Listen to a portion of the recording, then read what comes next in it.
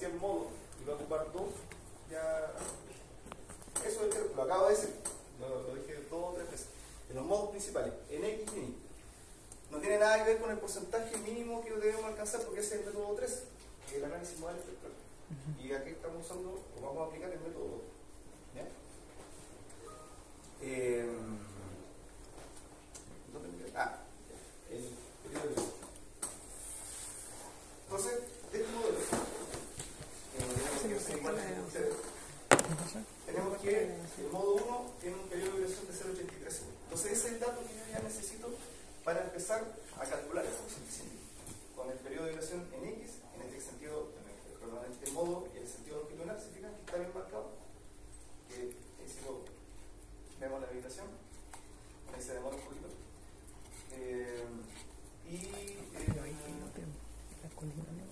El modo 2, que en el sentido transversal. Y en este caso, cuando uno empieza ya a calcular un modo, voy a apagar la luz porque no se ve mucho.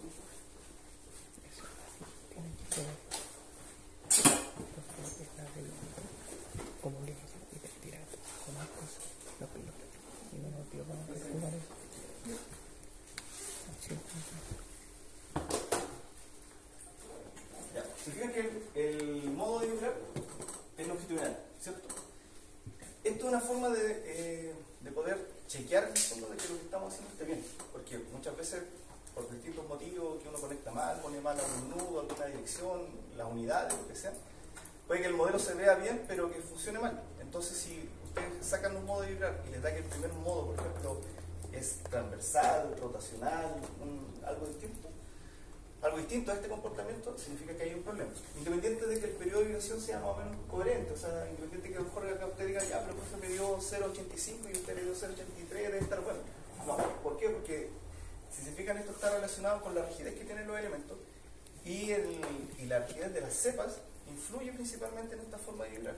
Y las cepas, en el sentido longitudinal, que es lo que estoy dibujando acá, si se fijan, es un elemento que está empotrado abajo en la base y que aquí arriba está libre de girar. Por tanto, se comporta como un cantilero. Y en el sentido transversal, para el tipo de cepa que yo estoy modelando acá, es un vórtice, ¿cierto? Está conformado en un marco. Y en el sentido transversal, ese marco es más rígido que en el sentido longitudinal. Por tanto, al ser más rígido en el sentido transversal, el periodo de vibración del modo 2 debería ser menor. ¿Ya? Si les da que es mayor o les da que el movimiento es distinto a eso, es porque hay algo malo en el modelo. ¿Ya? Eso no significa que para todas las estructuras de tipo puente siempre sea así, sino que depende de la forma que tiene el puente en planta. Y los puentes que ustedes están diseñando son relativamente sencillos porque son puentes, no son curvos en planta, sino que es un puente recto. Si bien tiene algunos viajes, no sé si el viaje deberían considerarlo porque el viaje igual influye en la forma en que vibra la estructura, pero de todas maneras deberían ser modo 1 en el sentido longitudinal y el modo 2 en el sentido transversal. Por tanto, necesitamos esos dos modos, esos dos periodos para poder calcular el caso H. Entonces, conocido el periodo del modo 1 y el periodo del modo 2, podemos aplicar esta expresión, ¿cierto? Aplicamos esta expresión y vamos a obtener caso H. ¿Y caso H de qué nos sirve? Bueno, caso H nos va a permitir representar la aceleración sísmica que vamos a usar en el modelo, la vamos a incluir en el modelo para calcular lo que sigue. Entonces, determinamos el coeficiente sísmico, ¿ya? Ahí hasta aquí, con el modelo, con el análisis modal y determinando el coeficiente sísmico, hasta ahí tienen un 2. ¿Ya? Sí, está bien hecho. Después de eso, fíjense, dice indicar el porcentaje de masa translacional para los primeros modos de vibrar. O sea, el modo 1 y el modo 2 están asociados a un porcentaje de masa translacional. ¿Para qué es ese dato? Para también determinar que el modelo que ustedes están haciendo esté bien. ¿Por qué? Porque podría ocurrir, por eso les digo que el modelo se vea bien por fuera es una cosa, pero los datos, los resultados son muy importantes. Entonces podría ocurrir que, claro, que el primer modo sea en X, o longitudinal, que tengan un periodo más o menos coherente, pero que tenga, por ejemplo, un porcentaje de masa asociado a ese modo relativamente bajo. Bajo me refiero a menos de 50%, 40%. Eso igual ya indica que podría haber algún problema dentro de la modelación. ¿Por qué? Porque al ser una estructura sencilla, el porcentaje de masa asociado a estos modos debe ser relativamente alto. No hay un valor normativo que diga, oye, esto está bien o esto está mal, sino que es un resultado darse cuenta que esto está funcionando, que esté funcionando bien. Por ejemplo, si les da que el porcentaje de masa del 1%, a veces salen estos números que son 1 por 10 elevado a menos 5, ya eso es porque está mal, ya, porque está asociando muy poca masa. Profe, ¿Sí? en el caso de tener estos errores que usted dice de los modos de vibrar, o en este caso de la masa relacional, ¿cuáles podrían ser las principales causas? O sea, ¿netamente un tema de modelo? Sí, netamente un tema de modelo. Muchas veces las unidades, no sé, con las pines de la placa, por ejemplo, que estamos trabajando con el modelo, fijarse que estén en esas mismas unidades, porque ahí la pines influye mucho. Preocuparse de que el programa esté reconociendo la masa de los elementos, la masa de las cargas extras que estamos agregando, como el pavimento y la defensa. Conexiones de nudos que estén mal realizadas, por ejemplo, que no queden bien vinculados, entonces de repente uno cree que está bien y hay un nudo que está por ahí vibrando solo. ¿Ya? Esos son generalmente el tipo de errores, pero puede ser, depende de lo que uno más quiera hacer. A veces uno cree que, por ejemplo, pone acá un elemento frame que es la columna y que uno, no sé, pues asignó como columna y no se fija bien, y en vez de poner aquí la columna pone la viga, la viga pretensada que ya está puesta antes. Pasan cosas así y de repente uno no se da cuenta y claro, y salen rigideces raras y claro, y entre medio tiene puesto un elemento que no corresponde para nada a lo que uno quiere modelar. Entonces hay que revisarlo. Dentro de esa revisión, lo que es importante es que chequeemos siempre, por ejemplo, la masa, ¿ya?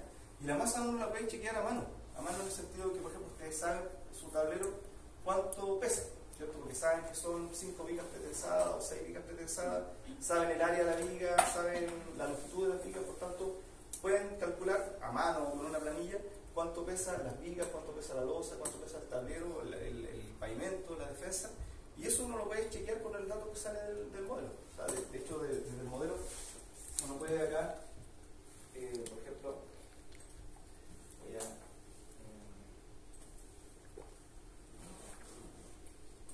seleccionar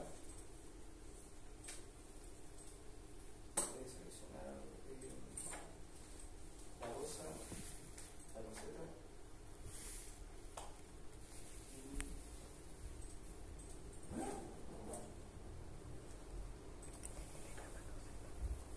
seleccionar la viga,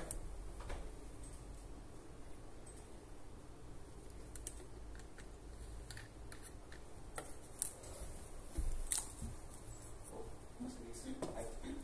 Entonces voy a seleccionar esta parte del tablero, ¿ya? O sea, viga y losa. Voy aquí al display y pido acá que me dé las masas.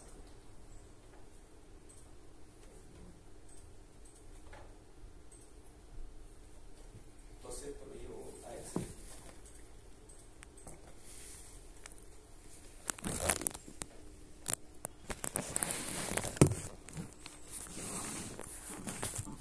Y aquí, ¿qué tengo? Tengo las masas, la masa, no el peso, es la masa asignada a cada uno del modelo del tablero, ¿ya? Porque si recuerdan, el tablero está hecho con un frame, por ejemplo, que es la viga, pero esa viga está subdividida en ciertas partes donde se está conectando el shell, y por tanto en cada nudo el programa internamente le está asignando la masa de lo que le corresponde, de la mitad del frame para allá, de la mitad del frame para acá, de la mitad del shell. ¿Entiendes? O sea, todo lo que está en esa área tributaria está asignado aquí a cada nudo. Entonces, si seleccionamos, por ejemplo, todos estos nudos, y al final, aquí aparecen unas masas, unas sumas que no las voy a considerar, y voy a sumarlo por mi cuenta. Ahí. Entonces tengo acá abajo aparece la suma ahí, dice 169.1, pero toneladas más, ¿ya? Pero esto basta con que yo lo multiplique por 9.81, ¿cierto? Y tengo el peso, ¿ya? Masa por aceleración. Y tengo el peso del tablero. Y usted, el peso, como digo, ya, o sea, calcular el peso es lo más fácil, ¿cierto? Porque ubicar la estructura, determinar cuánto pesa las vigas, cuánto pesa la losa. Y eso me permite chequear que lo que estoy haciendo está bien, ¿ya? Porque no tenemos que confiar ciegamente de que el modelo esté funcionando a la perfección. Siempre hay que estar verificando. Entonces, de hecho, voy a anotar este dato por acá. Masa tablero. Voy a poner aquí masa tablero igual a 169.1. 3 toneladas más. ¿Ya? Y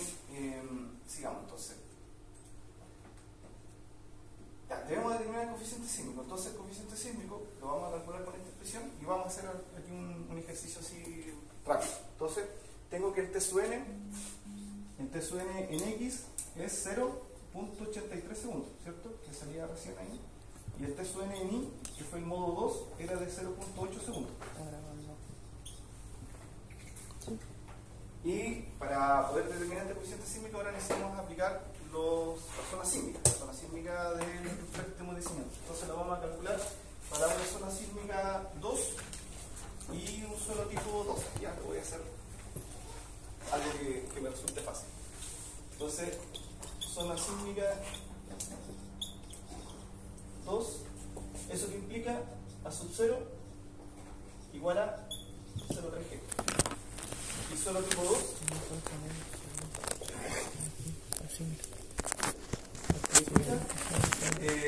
un S igual a 1, el T1 igual a 0,7, lo voy a chequear para estar seguro, y un K sub 2, que es así que no lo recuerdo. No, el T sub 1 era 0,3 y K sub 2 0,672.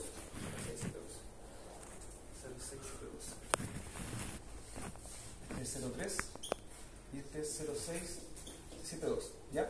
Entonces, esos son los parámetros relacionados con la clasificación sísmica del suelo que ustedes ya la conocen porque está ahí dada en el trabajo.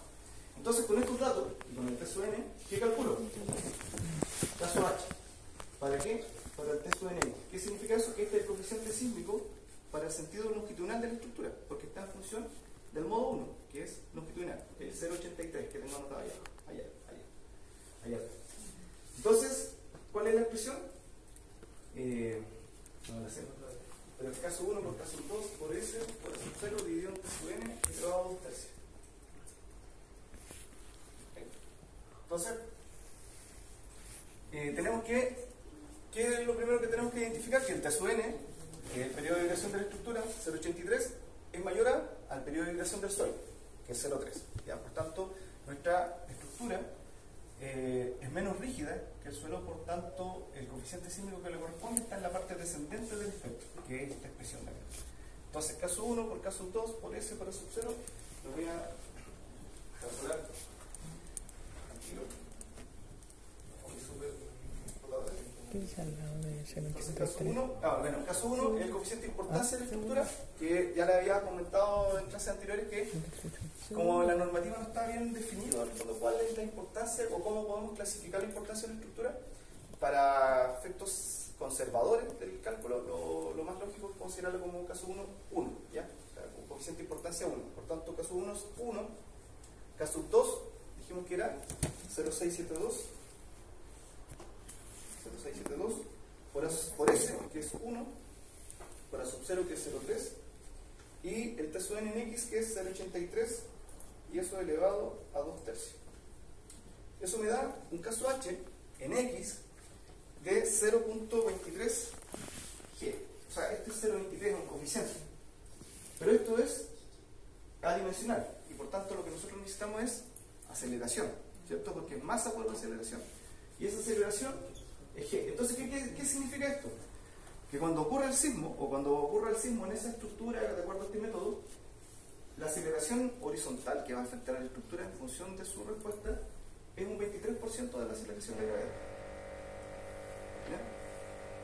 Eso significa 0,23G. Y el caso H para el lado I, que sería en función de T sub NI, que es 0,8, lo voy a reemplazar acá, es igual a 0, bueno, si se fijan acá en este caso 0, T sub NX y T sub NI son muy similares. No necesariamente tiene que ser así, podrían llegar a resultar que sean con una diferencia mayor. Y me da, bueno, de hecho, para efectos prácticos, por los decimales que tengo acá, me da el mismo 0,23, ¿ya? Me da exactamente lo mismo. No necesariamente deberían llegar a un resultado que tenga los mismos coeficientes, porque aquí la diferencia fue menor. El caso HI en general siempre va a ser mayor porque la estructura en el sentido transversal es más rígida, por tanto debería haber una diferencia entre esos dos. ¿Qué hago con esto? Bueno, es el coeficiente sísmico. El coeficiente sísmico tenemos que incluirlo dentro del modelo para que podamos entonces ahora tener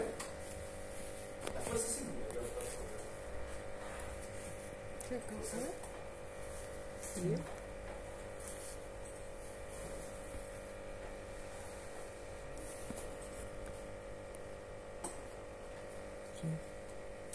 Bueno, aquí yo tengo ya definido el sigma X y el sigma Y como una carga. Entonces lo que voy a hacer ahora es editarlo en el load case, en donde se hacen esto, donde se define el tipo de carga. Y por defecto siempre aparece como lo que les explicaba en nuestra clase, como carga lineal estática. Y acá le va a aparecer, antes de haber hecho el cambio, le va a aparecer como carga patrona, o tipo de carga. ¿Ya? Lo que vamos a hacer es cambiarlo por aceleración, y al cambiarlo por aceleración aparecen las direcciones donde queremos aplicar esa aceleración. En este caso es en X, ¿cierto? Lo que es el sentido longitudinal. Y aplicamos el factor. Y ese factor es la aceleración, que en este caso es 0.23 G. 0.23 por G, que es 9.81, me da 2.26 aproximadamente. Eso quiere decir que nosotros vamos a asignar entonces al puente de la estructura una aceleración de 2.26. Y el signo negativo simplemente para indicar que la aceleración que voy a incluir dentro del modelo va a ir en el sentido X negativo. ¿Para qué? Para que la inercia de la estructura me genere un desplazamiento hacia el X positivo. Solo por eso. Si ustedes le ponen el valor positivo, no pasa nada, porque significa que la estructura se va a desplazar hacia el lado de X negativo, ¿cierto? Porque en el fondo estamos haciendo, si yo le aplico una aceleración hacia allá, la estructura se va a deformar y desplazar hacia el lado positivo, ¿cierto? Por la inercia. Y si lo hacemos así, va al otro lado. Entonces, me queda ahí ese factor, y en el lado Y el mismo factor, que es 2.26.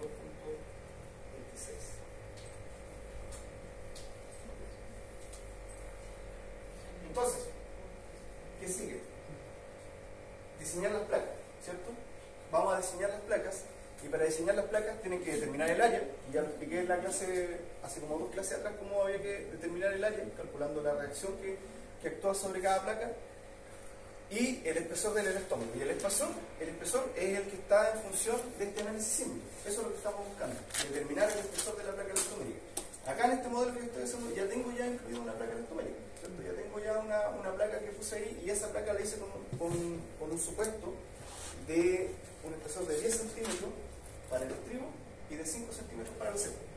Fue un paso 1 inicial, sin saber en el fondo aquí lo que voy a llegar. ¿Ya? Por tanto, ese es el resultado que ahora tenemos que verificar, que cumpla con la condición que indica la normativa.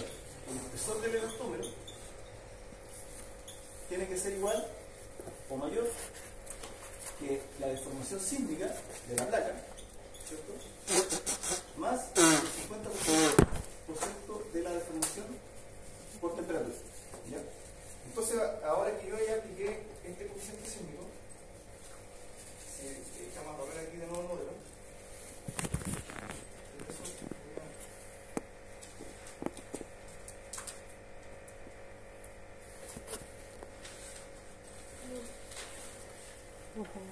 Sí, pero tienes que poner así para que veas.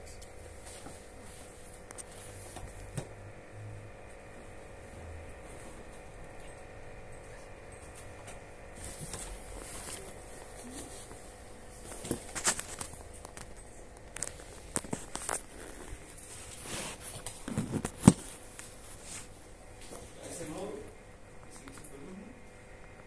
Y ¿qué podemos ver? Bueno, ya asignamos el coeficiente sísmico. El coeficiente sísmico, esa aceleración, no me afecta en el resultado del análisis modal ni nada, porque no es masa, no es rigidez, es una aceleración. Por tanto, los resultados modales siguen siendo los mismos.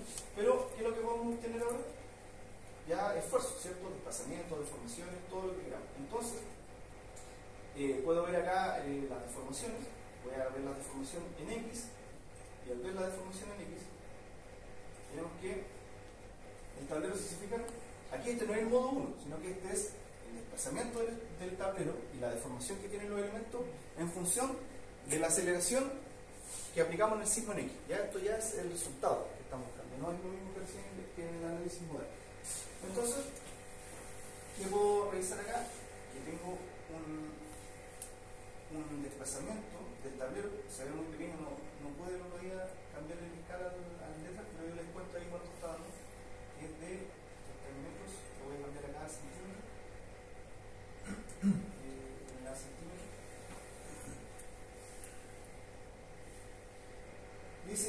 el desplazamiento del tablero es de 7,6 centímetros, ¿ya? Aproximadamente 7,58.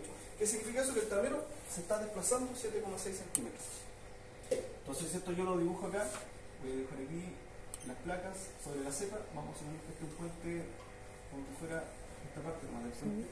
Aquí está el estribo, aquí está mi estribo, y el estribo nosotros sabemos que lo estamos representando con apoyo fijo, porque el estribo, como es infinitamente rígido para efectos del cálculo, no lo estamos incluyendo dentro del análisis.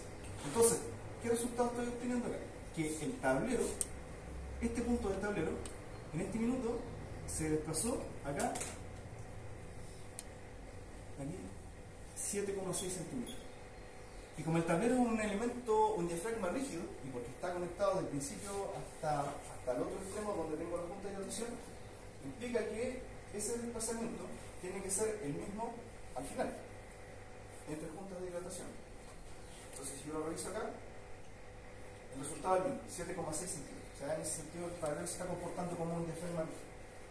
Pero lo que nosotros tenemos que verificar ahora es qué le pasa a la placa elastomérica, ¿cierto? Porque ese es el diseño que tenemos que verificar. Entonces, si el tablero en su conjunto se desplaza 7,6 centímetros, ¿cuánto es la deformación de la placa elastomérica? ¿Cuánto se deforma esa placa? 7,6, ¿cierto? ¿Por qué? Porque este punto de aquí abajo no se mueve, porque es fijo, porque estamos considerando que este elemento es infinitamente rígido. Entonces, la placa del estribo efectivamente se deforma los 7,6 centímetros. ¿Por qué? Porque se mueve con el tablero. El tablero se corrió 7,6 centímetros y como todo esto está conectado, la placa acá abajo está fija y aquí arriba se mueve con el tablero y se mueve 7,6, ¿cierto?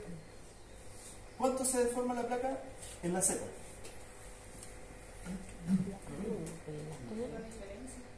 La diferencia, ¿cierto? Porque ya me olvidé. Ya vi al final de la temporada. Ya, entonces, pero aquí vamos a hacer un cambio, así que no es el mismo final. ¿Qué pasa? Que la cepa no es infinitamente rígida, porque está dentro del modelo, ¿cierto? Y la cepa tiene, con sus columnas, con sus elementos, tiene una cierta rigidez, y de hecho si nosotros miramos el modelo, y lo que decía yo, este punto se desplaza cero, ¿cierto? Porque es un apoyo fijo, no se mueve para ninguna parte. Pero la cepa, acá arriba, a nivel del dintel, por ejemplo, voy a poner un nudo porque no sé dónde está.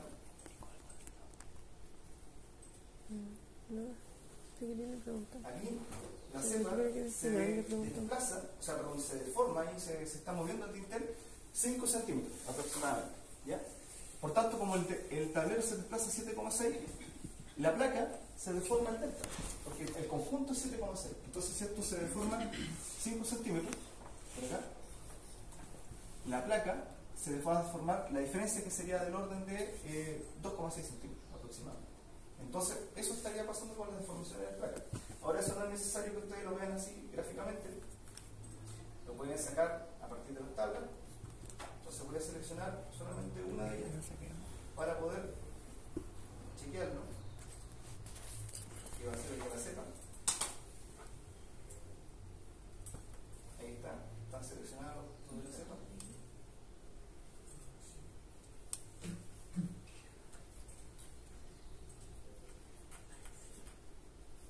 Y aquí aparece en link las deformaciones y tenemos que ver acá la deformación.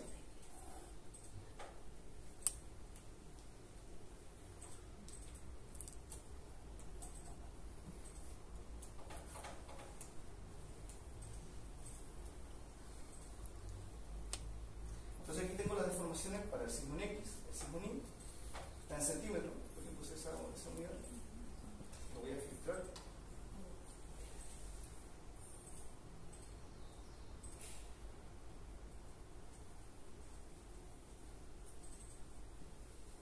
Y tenemos que la deformación máxima es de 2.05 centímetros y la mínima es 1.5. Poco con el resultado del máximo y el mínimo que podamos tener, porque claro, aquí hicimos un análisis en una sola dirección, por tanto todos los valores son positivos. Eso no necesariamente siempre es así, De hecho, cuando uno hace análisis modal espectral, que es un envolvente, los resultados son positivos y negativos. Entonces, cuando hablamos del máximo, no significa que sea el máximo valor entre el positivo y el negativo, que siempre va a ser mayor el positivo, sino que el valor absoluto, lo que se está deformando. Entonces, por ejemplo, podría salir acá que el mínimo sea, por ejemplo, menos 3 centímetros, significa que la deformación de la placa en el sentido X negativo es de 3 centímetros y por tanto ese sería el peor. No sé si me explico. O sea, no necesariamente el máximo que está acá es el peor de los resultados. Entonces, en este caso, la placa se deforma 2 centímetros. Y en el estribo serían 7,6. Ahí no hay ninguna duda, porque es el mismo desplazamiento que tiene el tablero.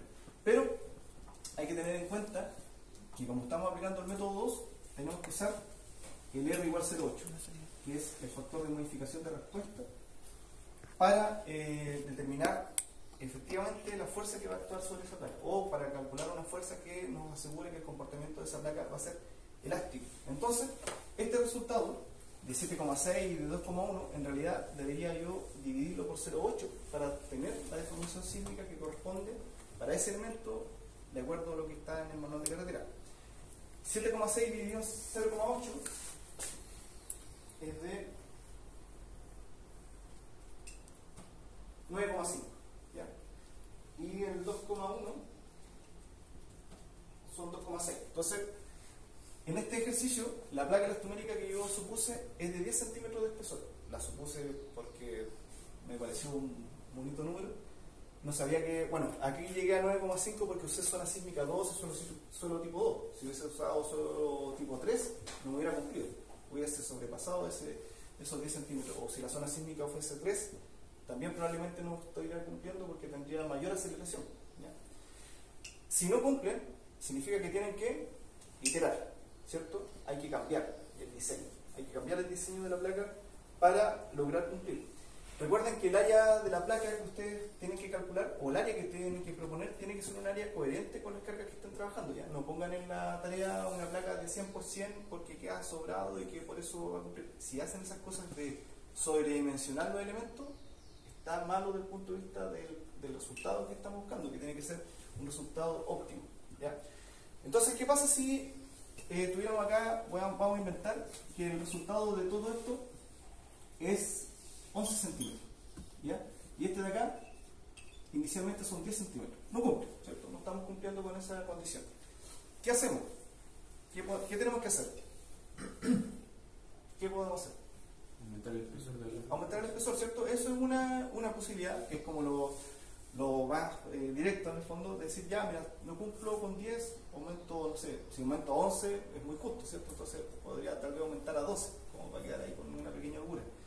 Pero eso implica que al aumentar aquí a 12 centímetros, me va a cambiar la rigidez, me van a cambiar los periodos de vibración, me van a cambiar el coeficiente sísmico, y va a cambiar de nuevo este resultado. Al aumentar aquí a 11 o a 12, claro, el puente se hace un poquito más flexible. Podría ocurrir que bajen estos periodos, perdón, aumenten estos periodos de vibración, que disminuya el coeficiente sísmico, pero estamos haciendo más flexible la placa. Entonces podría ocurrir que la placa se deforme más, ¿ya? Y que se deforme más incluso de los 11 centímetros que antes teníamos, incluso más tal vez de los 12 centímetros que yo ya me estoy dando. No necesariamente voy a cumplir por el solo hecho de aumentarla. Entonces tendríamos que de nuevamente cambiarla y podríamos estar así muchas veces hasta lograr que cumpla. Incluso eso va a empezar a afectar a la placa aquí de la cepa. En la cepa yo supuse un espesor de 5 centímetros, por tanto con los 2,6 que tengo ahora estaría cumpliendo ya. Entonces aquí es donde es importante entender cómo influyen las variables que están dentro del cálculo de las distintas rigideces, en donde sabemos que la rigidez de la placa es G por A partido por E. G por A partido por E. El G es constante, ¿cierto? Que es 13 kilos por centímetro cuadrado. El área está determinada en función de la reacción máxima que tenemos sobre la placa elastomérica, ¿cierto? Por tanto, es un área óptima, no la mínima, sino que la óptima, y el espesor.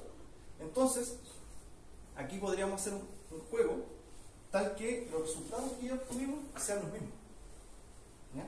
Por eso no está en la final de la temporada que ustedes ven, que es distinto. Eso no se lo cuenten a nosotros de la tarde. Entonces,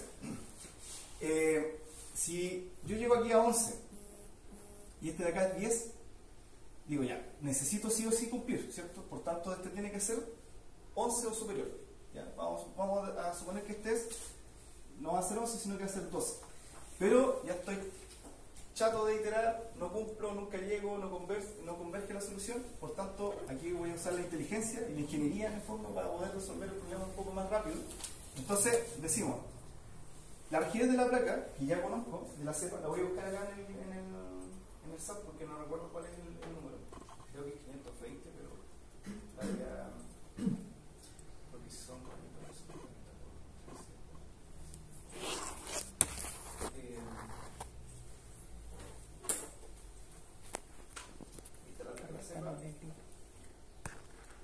Sí, 520 toneladas metro, ¿ya? Ahí está en unidad de toneladas centímetros, por eso sale un número medio raro. O sea, son 5.200 kilos partido por centímetro. Entonces, la rigidez de la placa de la cepa son 5.200 kilos partido por centímetro. O sea, eso ya lo conozco. Entonces, ¿qué pasa? Si no quiero cambiar nada, pero quiero que cumpla, significa que tengo que mantener la rigidez. Porque si yo mantengo la rigidez, se mantienen todos los resultados, ¿cierto? O sea, este número seguiría siendo 11. ¿Ya? Seguiría siendo el mismo periodo, seguiría siendo el mismo coeficiente, por tanto, seguiríamos cumpliendo. Yo sí tenía una duda, pero ahí las propiedades como de la placa de la cepa, ¿por qué se desactivan los giros? Ya. Sí, lo que pasa es que estaba pensando en que en realidad si dejo los giros fijos, eso podría estar generando una especie de empotramiento ficticio entre la viga y la placa. ¿Ya? Por eso lo liberé. ¿Ya? Entonces, tengo que la rigidez es 5200, ¿ya? Que ya conocía de antes. Conozco el G, que el G es 13, ¿cierto?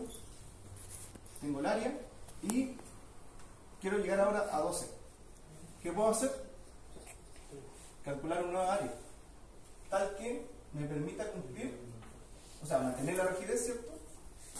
Ahora, esto lo podemos hacer siempre y cuando estemos relativamente cerca del resultado, ¿ya? Ahora, esta área que voy a calcular acá va a ser más grande, por tanto voy a seguir cumpliendo con el área mínima que ya había calculado.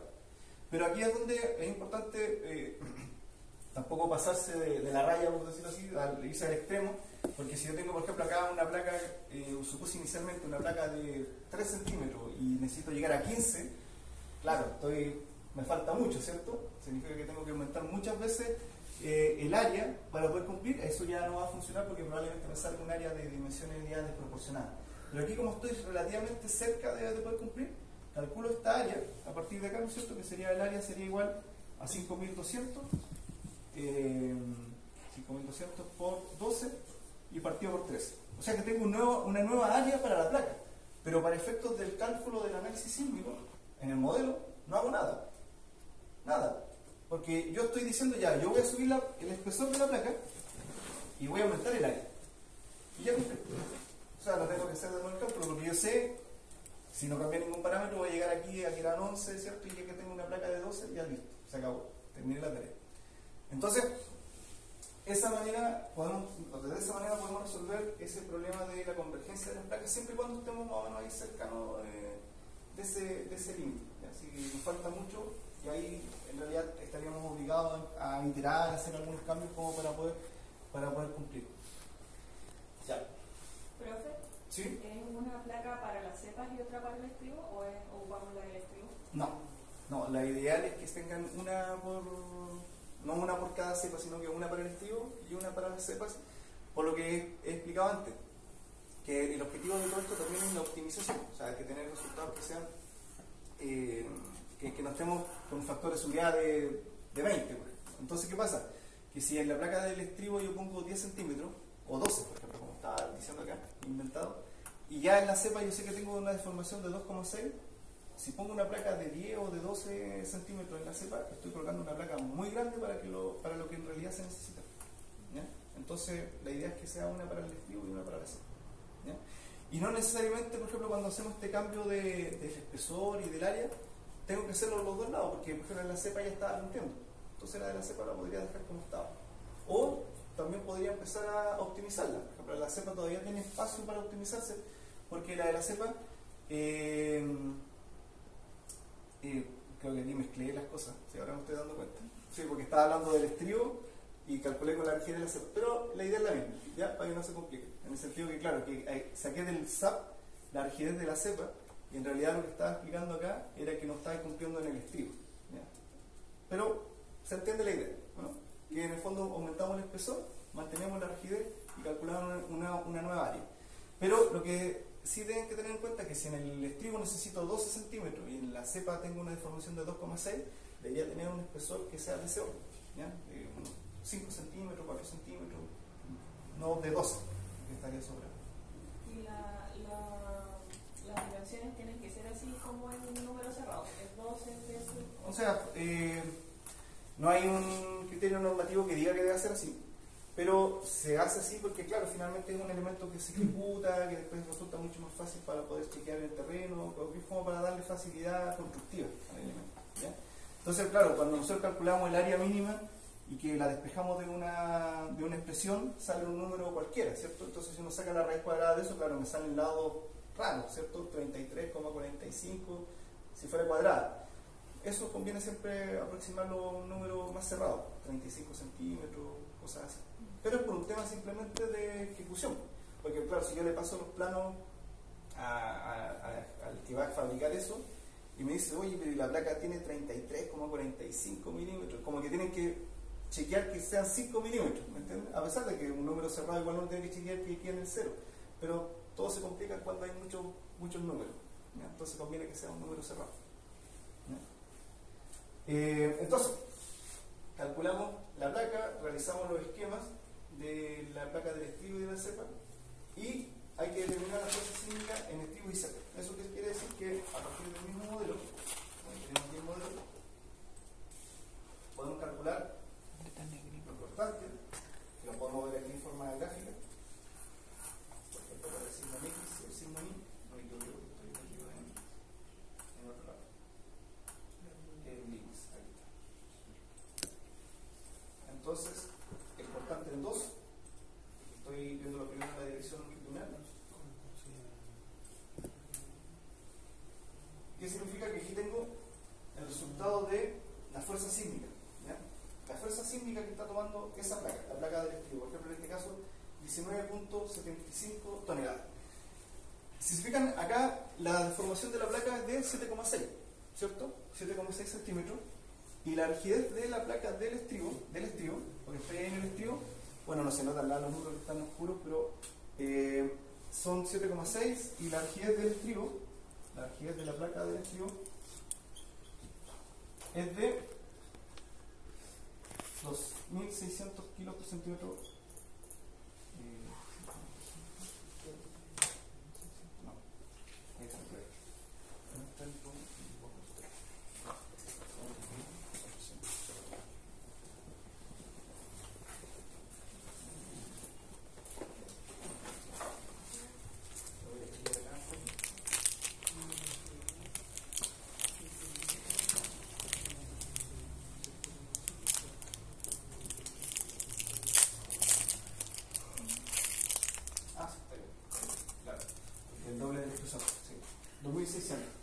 La rigidez de la placa, que está puesta acá en el modelo, es de 2.600 kilos por centímetro, 2.600 kilos partido por centímetro, ¿ya?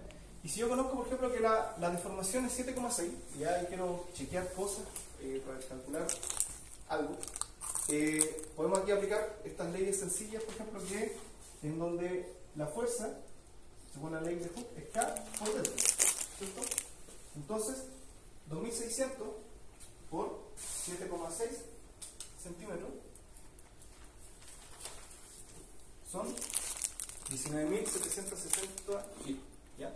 Que son aquí los 19.750, ahí está aproximado, el 7,6 es el que está aproximado, por eso hay pequeñas diferencias, pero por todos lados podemos llegar siempre a los mismos resultados. Si calculo deformaciones, puedo calcular la fuerza, si calculo la fuerza, puedo calcular la deformación, ¿cierto? Porque es lineal, está en proporción, en función de la rigidez. Y para determinar el porcentaje de distribución de la fuerza, bueno, puedo calcular aquí, sacar cuánto recibe cada uno de los de estos apoyos. No sé si alcanza alcanzan a ver bien el número, ¿no? O se ve oscuro. No se ve nada. 10.61 creo que es. Pero ya, vamos a verlo entonces. A ver si.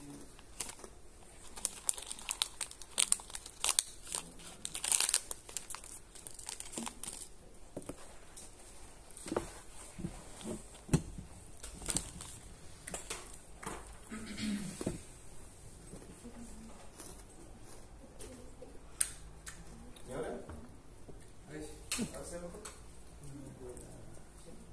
Bueno, 10,6 toneladas entonces en las cepas, aproximadamente 10,6, 9,9, ahí va cambiando un poquito porque en función de.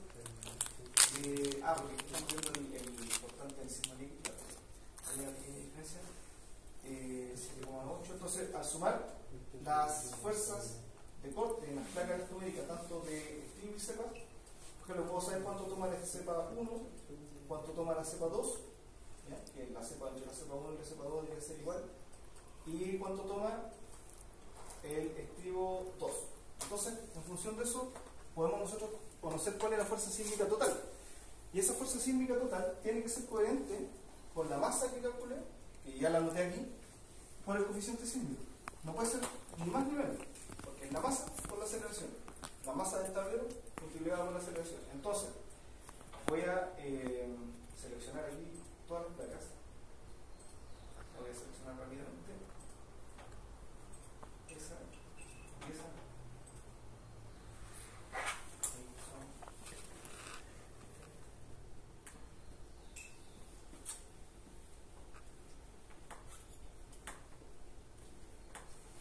Y acá las tablas, en vez de pedir la deformación, voy a sacar la fuerza. Solo para el sigma líquido, solo para esa dirección.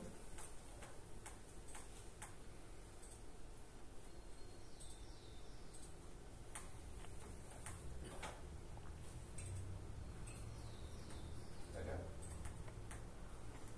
Y entonces tengo acá para el sigma líquido, pero tengo que tener cuidado porque está en dos nudos, arriba y abajo, en I y en J. Por tanto, lo que voy a hacer es filtrarlo acá.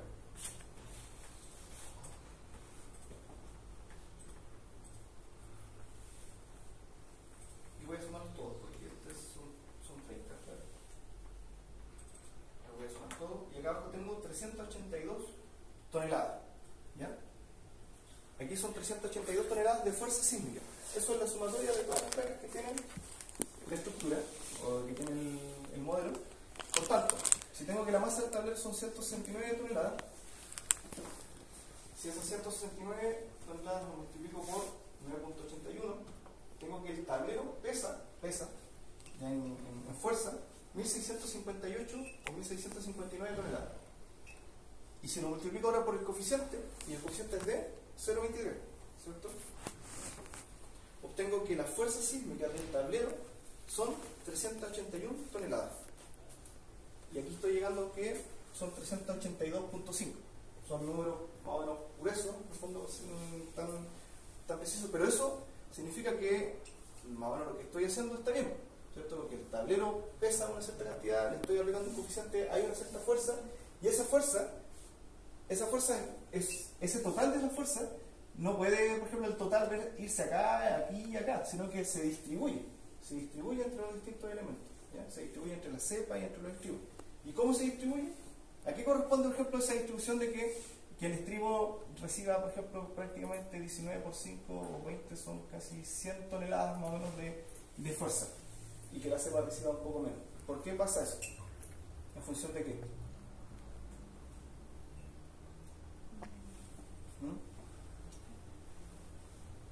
¿Por qué, por ejemplo, por qué no todos toman igual la fuerza? Por ejemplo, porque todos son apoyos del puente, ¿cierto?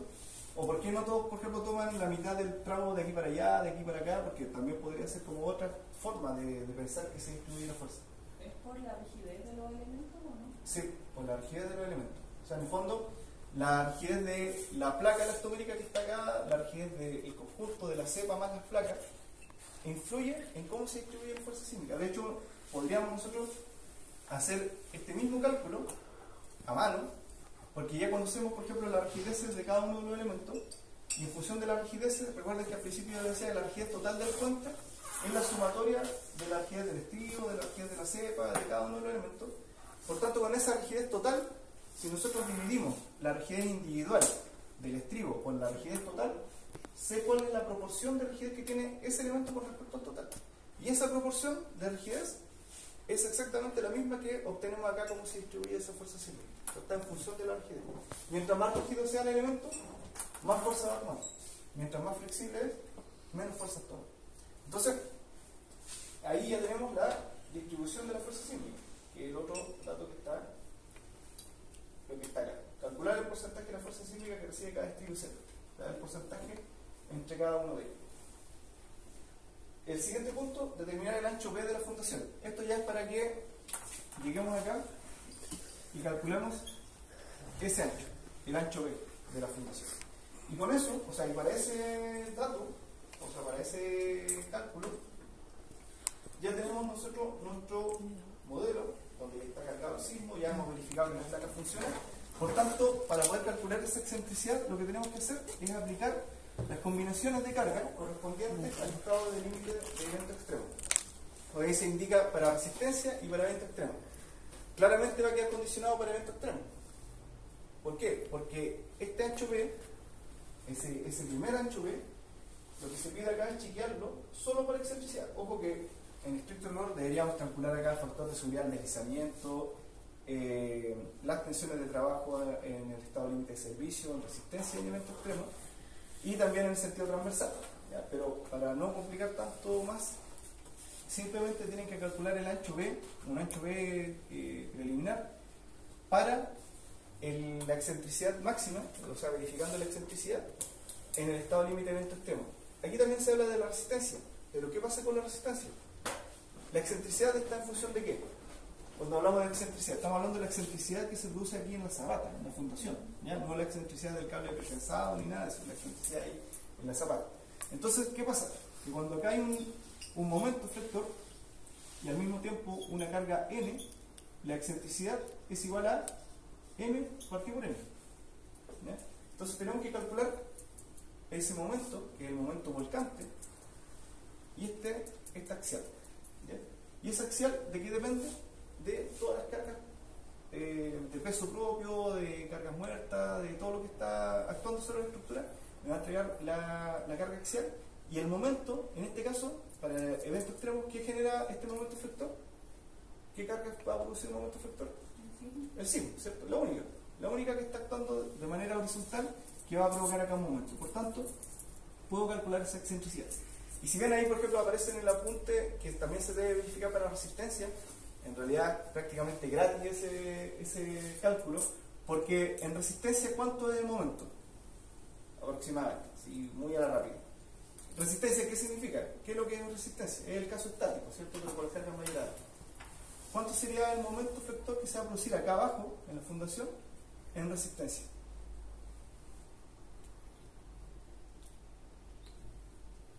Las cargas que actúan en resistencia son las mismas, ¿cierto?, que las que van a actuar durante el sismo, pero son todas verticales, ¿cierto? O sea, peso propio, está el camión, pero el camión cuando pasa también genera acá una reacción vertical. Por tanto, cuando bajan esas cargas por acá por la columna, como están simétricas, aquí en este caso están simétricas, el momento que se produce en función de ese tipo de carga es prácticamente cero. No tengo una fuerza horizontal importante, no hay. Puede estar, claro, uno puede decir frenado, sí, hasta el frenado, que por ahí genera alguna fuerza horizontal, pero es mínima para el efecto de lo que es el sismo.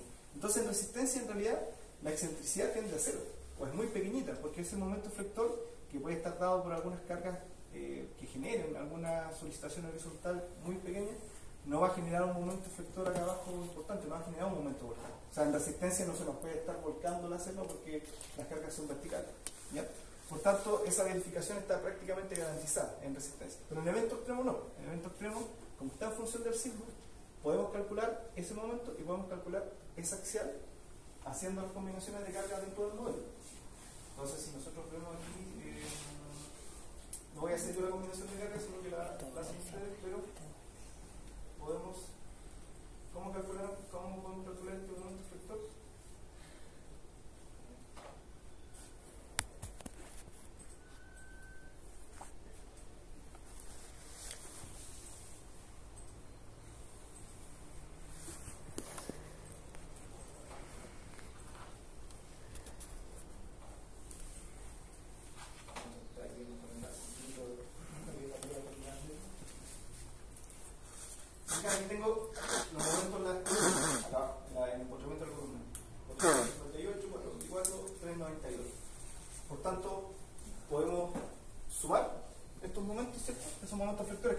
función del sismo, porque estoy viéndolo con el sismo, y voy a tener ese momento, ¿cierto? Y con las cargas axiales de peso propio y todo lo demás, que aquí no lo tengo en la combinación, por tanto no lo tengo como para calcular de manera directa, sino que tendría que empezar a sumar, porque no tengo una combinación. Pero si veo la de peso propio de los elementos que están modelados, ahí tengo la carga axial, que es la construcción, la de las cargas permanentes de los elementos que son estructurales, como la defensa, el pavimento, entonces, sumando todas esas cargas, que la podemos hacer dentro de la combinación del mismo SAP, podemos tener la axial, y con eso podemos calcular la excentricidad, y con esa excentricidad verificar que el ancho B mínimo cumpla con lo que dice ahí el criterio de la normativa. Así de fácil. Pero es la combinación en De la eventos suma. extremos. De eventos extremos. Entonces incluye, pero para la axial, incluye el peso propio y ¿sí? ¿O no? Incluye el peso propio, pero como está en eventos extremos, la norma dice que la carga va mayorada.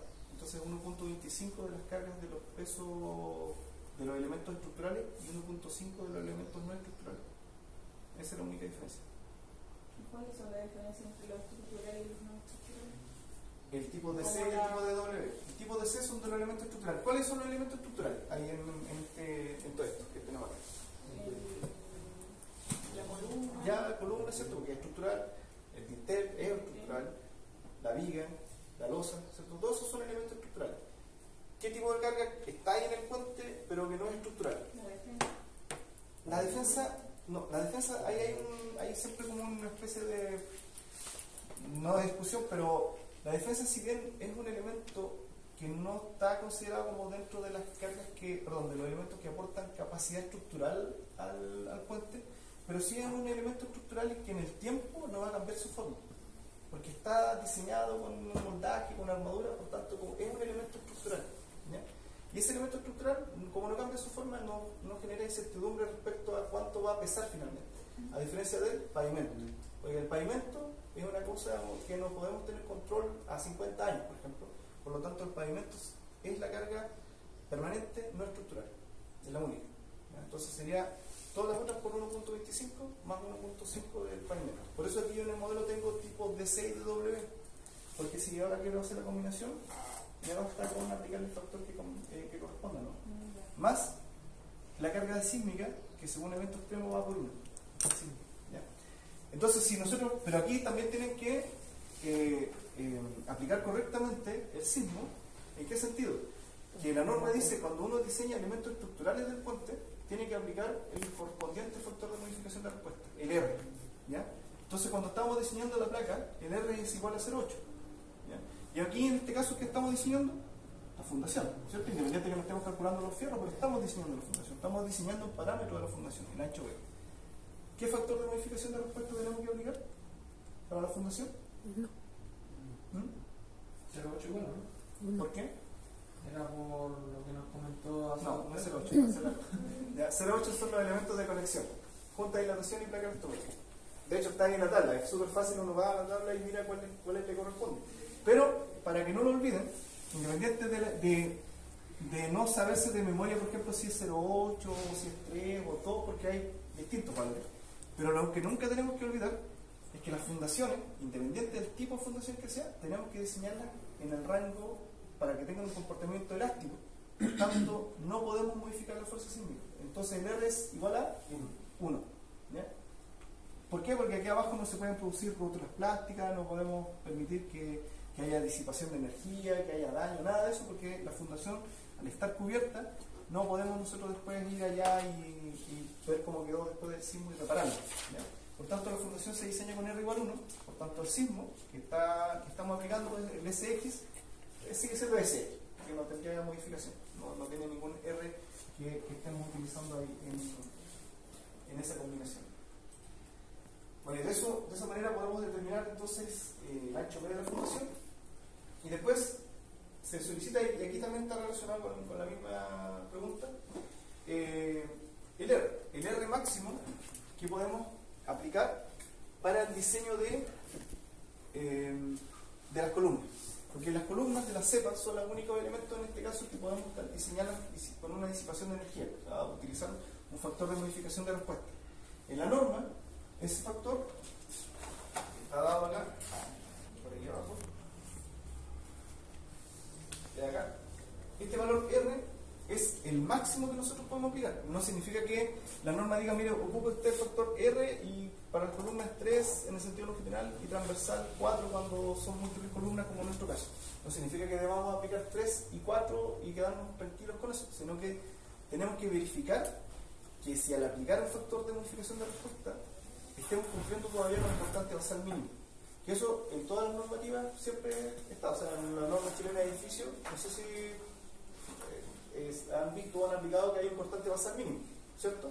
Ese constante basal mínimo está relacionado con el factor R, porque el R lo que hace es reducir la fuerza sísmica para tener en cuenta esta incursión en el rango inelástico, pero siempre y cuando respetemos un valor mínimo, ¿ya? Porque podríamos reducir tanto el sismo que en realidad estemos diseñando el puente o la estructura con un coeficiente sísmico que tienda a cero, o sea, como que prácticamente no estamos aplicando el sismo. Entonces, ¿qué pasa? Que cuando las estructuras son muy flexibles, producto de su altura, por ejemplo, cuando hacen puentes que tienen alturas de cepa, no sé, tenemos 25 o 30 metros, en ese caso ya el periodo de vibración natural de la estructura es relativamente alto. Alto me refiero a 1.5 segundos, por ahí más o menos, y ya los coeficientes sísmicos que uno empieza a obtener son más bajos que ese que estamos viendo ahí, por ejemplo, menor que el 0.23, el 0.15, un poco menos. Entonces, si uno después le aplica un R igual 3, esa reducción que estamos aplicando es pero potente, o sea que prácticamente el coeficiente sísmico se empieza a acercar a cero, como que el sismo no existiera, lo cual es un contrasentido, porque sabemos que sí va a tener un sismo que va a estar afectando la estructura. Entonces en ese caso la norma lo limita con el constante basal mínimo, y el constante basal mínimo está dado acá, donde dice límite del esfuerzo del corte basal, y aparecen dos valores, o dos expresiones, uno para el coeficiente sísmico multiplicado por la respuesta estructural y otro para el método modal espectral. Como nosotros estamos aplicando el método 2, que es el coeficiente modificado por la respuesta estructural, significa que es este de acá, ¿cierto? Y este constante basal lo tenemos que calcular, o ustedes lo tienen que calcular ahí en la tarea, y con eso ya tendrían un 2,5. Si calculan bien el 0,25 caso 1 por sub 0 por P partido por G y por S, ¿ya? Entonces, el P, que es el peso sísmico de la estructura, ustedes lo pueden sacar desde el modelo. Lo mismo que hice antes recién de las masas, ¿cierto? Cuando sumé, bueno, ahí hice el tablero, pero podría haber seleccionado la estructura completa, C, columna, TC, T, y puedo obtener el P. O lo pueden calcular a mano, que es súper fácil en el fondo ubicar elementos geométricos que conocemos. El caso 1, sabemos que es 1, a sub 0 depende de la zona sísmica de la estructura que esté de la clasificación que le haya dado, y ese que también es el suelo también lo conoce, por tanto esta expresión, que es el Q mínimo, es relativamente sencillo de conocer. Voy a hacer el cálculo, y con eso lo terminamos.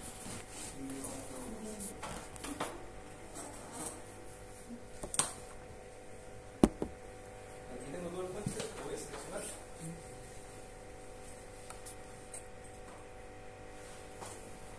Incluso acá arriba, por acá, creo que datos diseñales que dice ahí, aparece información del proyecto y también aparece como volúmenes, áreas y otros datos que pueden servir como para comunicar la estructura si uno quisiera hacerlo.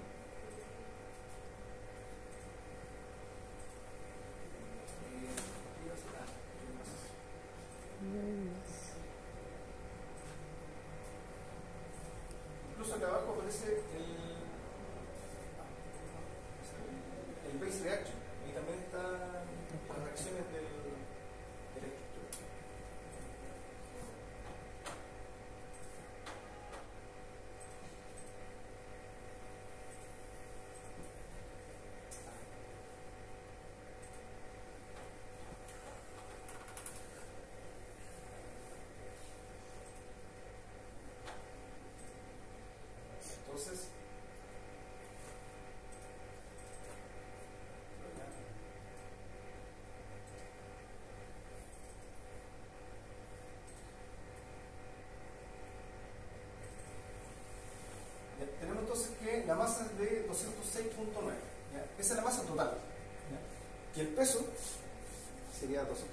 9.9 por 9.81 serían 2029 toneladas, ¿ya? O sea que mi P es de 2029 toneladas. Aquí, como me salté o no vimos la parte de los pilotes, si se fija, por ejemplo, dentro del modelo yo no tengo puesta la fundación, no está modelada. Aquí las columnas están empotradas hasta ese nivel. Si modelara la fundación, si la tuviera incluida dentro del modelo, no podría considerar dentro de este análisis sísmico la masa de ese elemento, porque ese P que aparece ahí es un peso sísmico. Y ahí hay que tener en cuenta a qué se refiere ese peso sísmico. El peso sísmico corresponde a los elementos que pueden vibrar de la estructura. Entonces, si yo tuviera aquí pilotes, por ejemplo, yo sé que los pilotes pesan, ¿cierto? Y que tienen masa, ¿cierto? Pues no lo vamos a despreciar así porque sí. Pero para efectos del análisis sísmico, esos pilotes que están inmersos en la masa del suelo se mueven con el suelo. Por tanto, no aportan masa sísmica a la estructura o al análisis, ¿ya?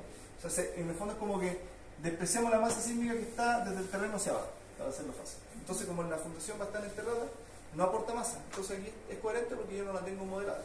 Si la tuviera modelada, tendría que despreciarla. Entonces, 2029 por 0.25 por 1 por A sub 0, que son 0.3, y por S, que es 1. Entonces me da un cortante basal mínimo de 152. Estos son 152 toneladas. ¿Ya? Es el cortante basal mínimo. Y lo mínimo, mínimo, mínimo. ¿Y qué otro resultado ya obtuve por ahí recién? Que no lo noté. Fue el...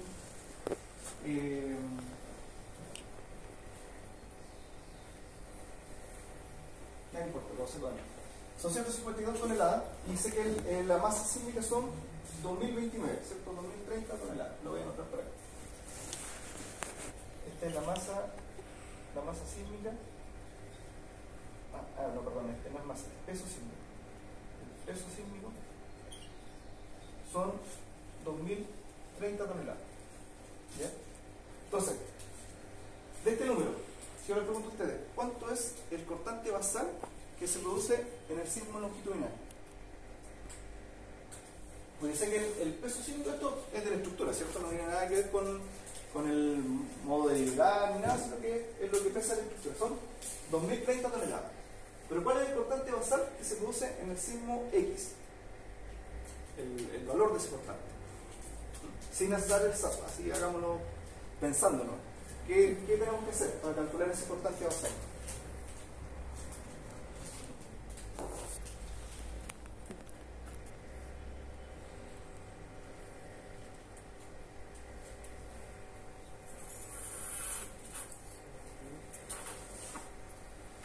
El que lo diga se gana un 1,5.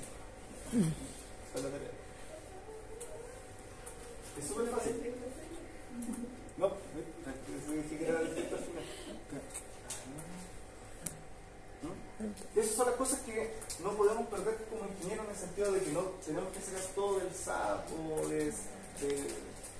Si yo sé que la masa sísmica o el peso sísmico es de 2030 toneladas y el coeficiente sísmico es de 0.23, el cortante basal que se va a producir en el sentido longitudinal es 2030 por 0.23, que son 467 toneladas. Esa es la fuerza sísmica total que se produce en el puente cuando ocurre el sismo longitudinal.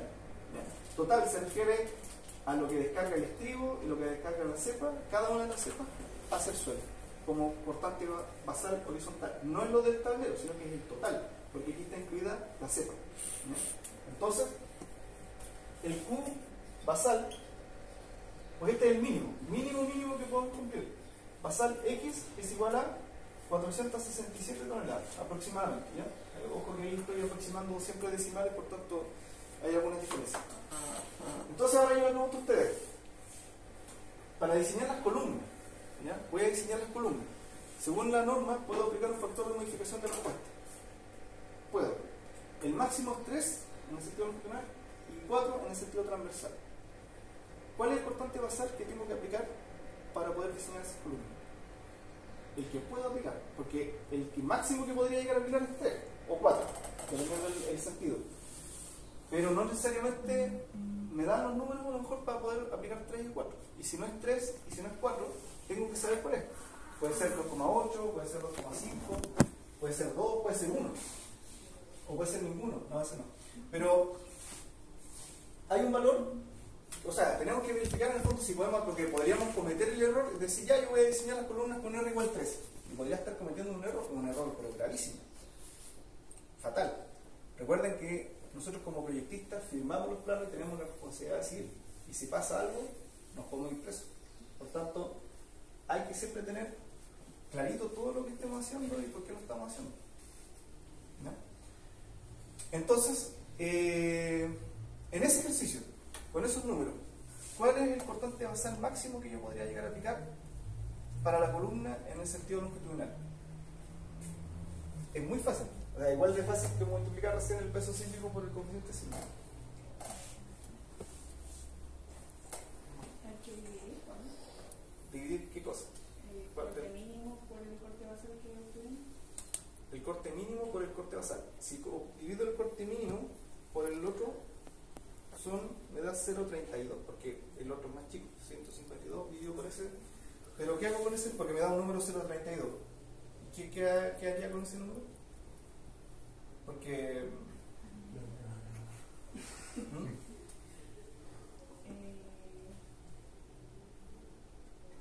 ¿No lo multiplica por el peso sísmico? No, si el peso sísmico ya está metido, son los 2030 ya que están utilizados para calcular el cortante basal en ellos. Ya, parecido. ¿Ya? Pero ¿qué pasa? Que aquí hay una proporción. Porque, por ejemplo, si yo hago acá el ejercicio de dividir directamente, por ejemplo, para en X, yo digo ya, Rx, el Rx, por ejemplo, el Rx máximo es 3. Porque así lo dice la norma. Entonces, yo puedo dividir este cortante basal, X, lo divido por 3. ¿Ya? Eso es 156. ¿Qué significa eso? Si se entiende, ¿cierto? Estoy dividiendo la fuerza sísmica elástica, la estoy transformando en inelástica. Y la fuerza sísmica inelástica, hasta aquí vamos a llegar, es igual a 156 toneladas. Y el mínimo son 152. ¿Qué significa? Sin miedo. Que está como sobredimensionado. Que puedo aplicar el del 3 máximo. Ah. ¿Por qué? Porque cumplo con el mínimo. Este es el mínimo. No puedo tener un cortante basal menor al mínimo.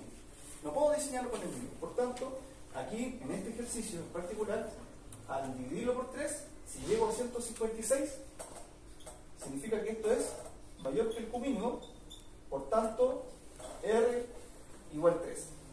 El máximo. ¿Ya? Pero, en el sentido transversal, la norma dice que es 4. Si lo divido por 4, porque este es el mismo cortante en este caso, porque casualmente el coeficiente sísmico transversal es 0,23. Si tuviéramos un coeficiente sísmico distinto acá, tendríamos también un cortante basal transversal distinto. ¿Ya? El mínimo sigue siendo el mismo, pero el coeficiente basal sería distinto. ¿Ya? Pero como aquí son iguales esos dos números, por eso lo hice así para no tener que escribir tanto, es 117. ¿Se entiende lo que estoy diciendo ahora? Ahora voy a escribirlo por acá. El Q va a ser en I sería 467 dividido en 4. ¿Por qué? Porque la norma me permite que el 4 sea el máximo. Estoy comprobando que si puedo ocupar o no el 4. Y me da 117. Ya, ¿cuál es la conclusión ahora? Que no cumple, ¿cierto? Ya, no es 4, estamos claros, ¿cierto? ¿Pero cuánto es? Esa es la pregunta. Si no es 4, es otro. Entonces tenemos que saber cuál es el otro. Así en forma exacta, ¿cuánto sería?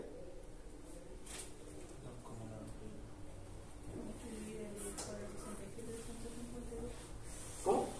Dividir el 467 de 152 para obtener el grado. Sí. Y ese R sería 3.07. ¿Por qué? Porque si se fijan aquí, en este caso, este está justito acá, o sea, el R3 cumple más o menos justo y queda como un delta, ¿cierto? Un pequeño delta. Ese delta, en el caso de, en el transversal, sería 3.07 el máximo. En la práctica tampoco son tan así como justo, o sea, si aquí me da 3.07, probablemente en el transversal también apliquemos el 3, así como factor 3. Incluso, A veces cuando tenemos ciertas dudas y que el comportamiento nos genera, bueno, dudas, decimos, no, lo voy a diseñar con R igual 2. Independiente que el máximo sea 3, pero me quedo con 2 porque me voy a guardar un poquito ahí de seguridad extra. O si decimos R igual 1 y el proyecto es de alguien que no entiende nada de esto, nadie le va a decir nada. Pero en general sí, al que está al otro lado siempre hay personas que saben, que dicen, oye, pero ¿por qué no estamos ocupando el factor de modificación? Hoy en día el tema de las concesionarias y de los proyectos tienen un equipo de ingeniería, una contraparte de ingeniería que están chequeando todo lo que uno hace. Entonces uno tampoco se puede pasar de ponerle mucho. ¿Por qué? Porque inmediatamente dicen, oye, pero ¿por qué tanto? Si la norma permite ir más allá. ¿Ya?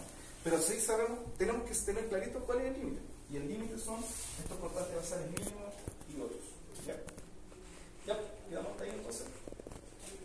Y lo último ya es diseñar armadura de columna, que eso ya es lo más sencillo, ustedes ya lo saben, así que ese es el último punto. ¿Ya? Profe, pero ¿en qué parte de la AXA está eso? Porque cuando uno va al manual de carretera y lo busca, después te manda una ¿Cuál de todas las cosas que utiliza acá? la de la encerradura. ¿Ya? Lo busqué en la parte de diseño de hormigón armado de puente y dice que hay que irse como al apartado AI, creo. Ya, sí, como si yo entiendo, sí, en realidad, como todo en Chile, todavía no tenemos una nueva constitución. Imagínense el manual de carretera, que es un enredo entre lo antiguo, lo nuevo, pero es súper fácil, muy fácil. La armadura mínima de columna, ¿cuánto es la armadura mínima de columna que ustedes conocen? O que tradicionalmente ya han aplicado, así que han aplicado alguna vez, por ejemplo, en la 6. En la cuantía mínima, para diseñar una columna a flexo compresión. ¿Cuál es el mínimo? No, eso está mal. La cuantía, no estoy hablando de armadura, de fierro, porque los 4 Fi 12 depende, porque si yo pongo una columna de 10 metros de diámetro, 4 Fi 12 es nada. Por eso, 4 Fi 12 es un fierro, pero yo estoy hablando de la cuantía, no de los fierros. ¿Qué es lo clásico? Es lo clásico que todos tenemos que manejar cuando uno diseña una columna. ¿Cuál es lo mínimo que hay que poner? El 1%, la cuantía es el 1% del área de la sección transversal. ¿Ya? O sea, si la columna es de 1 por 1, de 1 metro por 1 metro, la cuantía mínima de armadura que podemos poner en una columna, independiente de la norma, es del 1%. Eso significa que sería 100%, y yo en 100 son 100 centímetros cuadrados. Y en el caso de las columnas de puentes, también es el 1%, y el máximo está en el manual de carretera, pero está en el anexo 3.1000. Y en el anexo 3.1000 indica que el máximo está ahí indicado. ¿Ya? Pero en ese 3.1000 son varias páginas. Pero está el último. ¿Pero el final? Sí. Ya. Un par de consultas. Primero, de lo que explicó, ¿cuáles son las correcciones o cambios que yo debería considerar si tengo desviación? El desviaje en el fondo influye en la posición geométrica de la cepa, ¿no? Claro, pero por ejemplo yo en el modelo tengo que dibujarlo. Sí. Pero es que es un tema geométrico, ¿no? No, nada. Y lo otro, la verdad no sé si lo dijo o no, si lo dijo no lo retuve. Es con el modelo que realizamos en el trabajo anterior. ¿Ya? ¿Qué pasa con eso? No, ¿usamos ese o usamos otro? En el trabajo anterior, ¿en cuál de todos los trabajos? Ya no me acuerdo ya en realidad. ¿En el 1? ¿Sí? Sí, parece que O sea, si ustedes hicieron en el trabajo 1 un modelo, pero ese modelo del trabajo 1, si está bien pensado, era el modelo de un tramo, no era el modelo del puente completo, porque son vigas prepensadas, por tanto son isostáticas. Entonces, si tienen ese tramo modelado, les sirve de base porque pueden replicarlo las veces que corresponda para este modelo. Eso serviría de base. ¿Qué errores de arrastre podríamos tener si usamos efectivamente ese modelo? O sea, que influyan en el... Con respecto al tema del camión, ninguno. ¿Ya? Porque recuerdo que en el primer trabajo dijo que había en un grupo que tenían como mal asignada la carga móvil. Por eso acabo de decirlo. Que si está mal el camión, no influye en nada. Porque en esta parte sísmica, el camión, acá, si se fijan, en esto del peso sísmico, la masa sísmica, el camión no está en ninguna parte. Entonces, pero sí tienen que tener cuidado con respecto a ese tipo de, si ya tenían en ese modelo 1 el análisis del camión, lo que les recomiendo ya, si usan ese modelo como base, eliminen todo lo relacionado con el camión, porque si no el programa le va a empezar a generar errores. ¿Por qué? Porque no va a encontrar el pad, porque como que se va a desconfigurar con respecto al tema del camión. Entonces, eliminen todos esos análisis del camión para que cuando lo echen a correr no les empiece a generar un montón de errores, ¿ya? Pero geométricamente, si ya lo tienen representado y les sirve, úsenlo, o sea, pueden trabajar desde ahí, ya no hay ningún problema. Para el cálculo del área de la placa tampoco consideramos la carga del camión entonces. No, son dos cosas distintas, porque yo estoy hablando de que a partir del análisis sísmico del modelo que está hecho para calcular el periodo de vibración, el coeficiente sísmico, ahí el camión no influye. Pero para el cálculo del área de la placa tenemos que calcularla con la reacción. Entonces, ¿qué pasa? Que ese cálculo del área de la placa elastomérica, más que un modelo general y de todo, es un resultado que ya más o menos conocen, porque ustedes determinaron a partir del método simplificado del Ashton el coeficiente de distribución del corte, y a partir de ahí ya pueden conocer cuál es la reacción de cortante que tiene la viga sobre la placa y utilizar ese valor. ¿Ya? Y en ese mismo, la tensión admisible, usted en la clase del 1 había dicho que la consideráramos como 81. Sí. ¿La seguimos considerando? Sí, no, eso no ha cambiado. ¿No? ¿Por qué? Tenía una duda, dije quizás hay que calcular. No, porque yo les expliqué que para ese análisis íbamos a simplificar todo lo que era el cálculo de la placa elastomérica por lo extenso que significa meterse en ese sistema, y que íbamos a utilizar ese dato como un valor conocido y fijo. ¿Ya? Pero no empiezan a cambiar. ¿Ya? Pero usted tengo una duda con el dintel, que hay que hacerlo ahora, hay que diseñarlo. ¿Lo dice acá, no? Decía, sí, habla sobre el dintel, pero es que en su clase, en el video, decía que uno había que hacerlo en el 1. ¿Eso aplica solo para el despertar? ¿O nosotros igual teníamos que hacerlo en el 1? ¿Cómo en el 1? No, En la entrega 1. Ah, es que en la entrega 1 ustedes sí tenían que determinar el ancho del dintel. El ancho de la mesa de apoyo. Es que de hecho casi todos lo hicieron. Sí, era calcular el ancho mínimo de la mesa de apoyo. ¿Por qué? Porque ese dato les sirve para ahora saber cuál es el ancho del cabezal del dintel. Pero no diseñarlo como armadura ni nada. O sea, ustedes acá en la tarea respondan lo que está aquí en la tarea. Si hacen más de eso, yo no se lo voy a revisar. Y tampoco se lo voy a considerar como punto adicional. Ah, no, es porque cuando uno lo modela en un SAP tiene que como que considerar eso de... El ancho del dintel. Y esto está en función del ancho mínimo de la mesa de apoyo. Y ese dato ya lo tenían ya desde la tarea 1, ya, aproximadamente. Ahora, ojo que, disculpe, si habían errores en la tarea 1 en donde tal vez, por ejemplo, ese ancho no lo calcularon exactamente como correspondía, para esta tarea yo no voy a considerar ese tipo de faltas, ¿me entiendes? O sea, de aquí para adelante partimos de nuevo, por decirlo así. ¿Ya? Vamos a salir porque ya parece que no. Parece que van a entrar No importa. a clases, ¿no? Consulta rápida es con lo de que es con eso mismo, lo de la mesa de apoyo. No, Que pero hay clases, ¿no? Ahora porque estaba más tarde que venía entrando aquí, entonces era para no... en el tema de la norma hablaba sobre algo, que en el tema de la norma hablaba sobre la mesa de apoyo, que hablaba sobre algo de 1,5, que si lo... Ah, o el 1,5 es el 1,15. máximo que recomienda la norma cuando hay un viaje muy fuerte. Lo que pasa es que está en función del cálculo considerando el viaje. Ya. Cuando hay un viaje muy fuerte, uno podría obtener como resultado de esa expresión un dato geométrico impracticable. Por ejemplo, un ancho de mesa de 4 metros, 4 metros y medio, una cuestión, porque la ecuación como que se dispara. Y ahí la norma dice, ya, pero cuando salgan valores de mesas de apoyo que no tienen mucho sentido, el límite aceptable o recomendable es de 1,5. De 1,5 no como ancho del dintel, sino que ahí lo que se está hablando en la norma es el ancho mínimo de la mesa de apoyo, que es desde el eje hasta el borde y de aquí para allá. Entonces, si usted usa 1,5 como límite para el ancho de la mesa de apoyo, significa que el dintel como mínimo debería tener 3 metros. Eso. Ah, ya sí, porque a mí me está dando No, como... porque la norma no 2,1. habla del ancho Ya. del dintel. Ya. La norma no se mete en determinar cuánto es esto mínimo. Lo que dice es que tenemos que dejar un espacio mínimo de seguridad acá arriba, ¿ya? Para cada lado. Entonces, si el mínimo es 1,5, significa que el dintel tendría que tener 3. Ah, ya pensé que era como... porque no me calzaba, porque me estaba dando como 2 metros y algo. Pero me decía que eso como máximo los 1,5, entonces La como que 1,5 no. es la mesa de apoyo. Era no la el mesa de dintel. apoyo. Ya, ¿Ya? súper. Eso. Profe, la junta de dilatación, ahí dice que creo que se ponían cada 2. Cada 3 o 4 tramos. ¿Sí?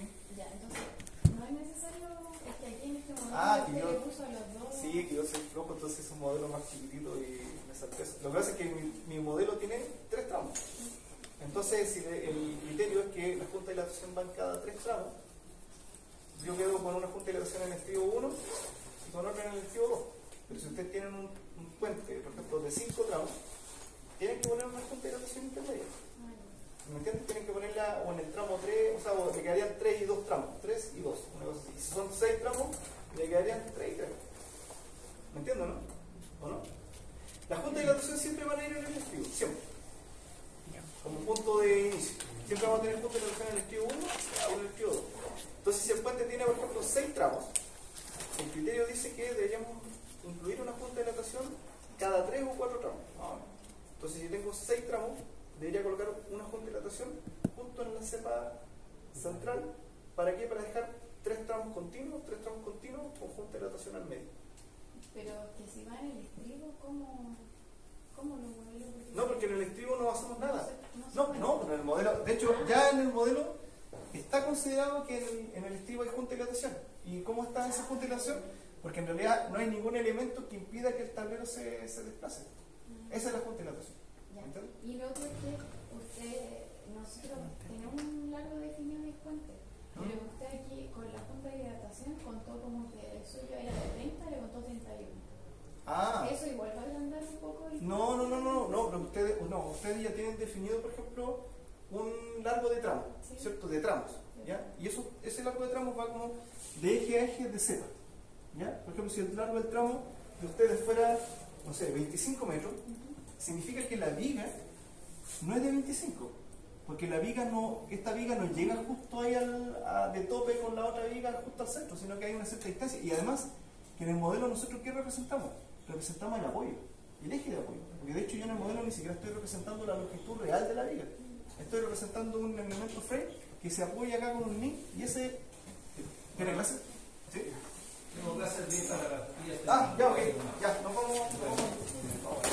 Profe, la última cosa, si no tenemos dudas de que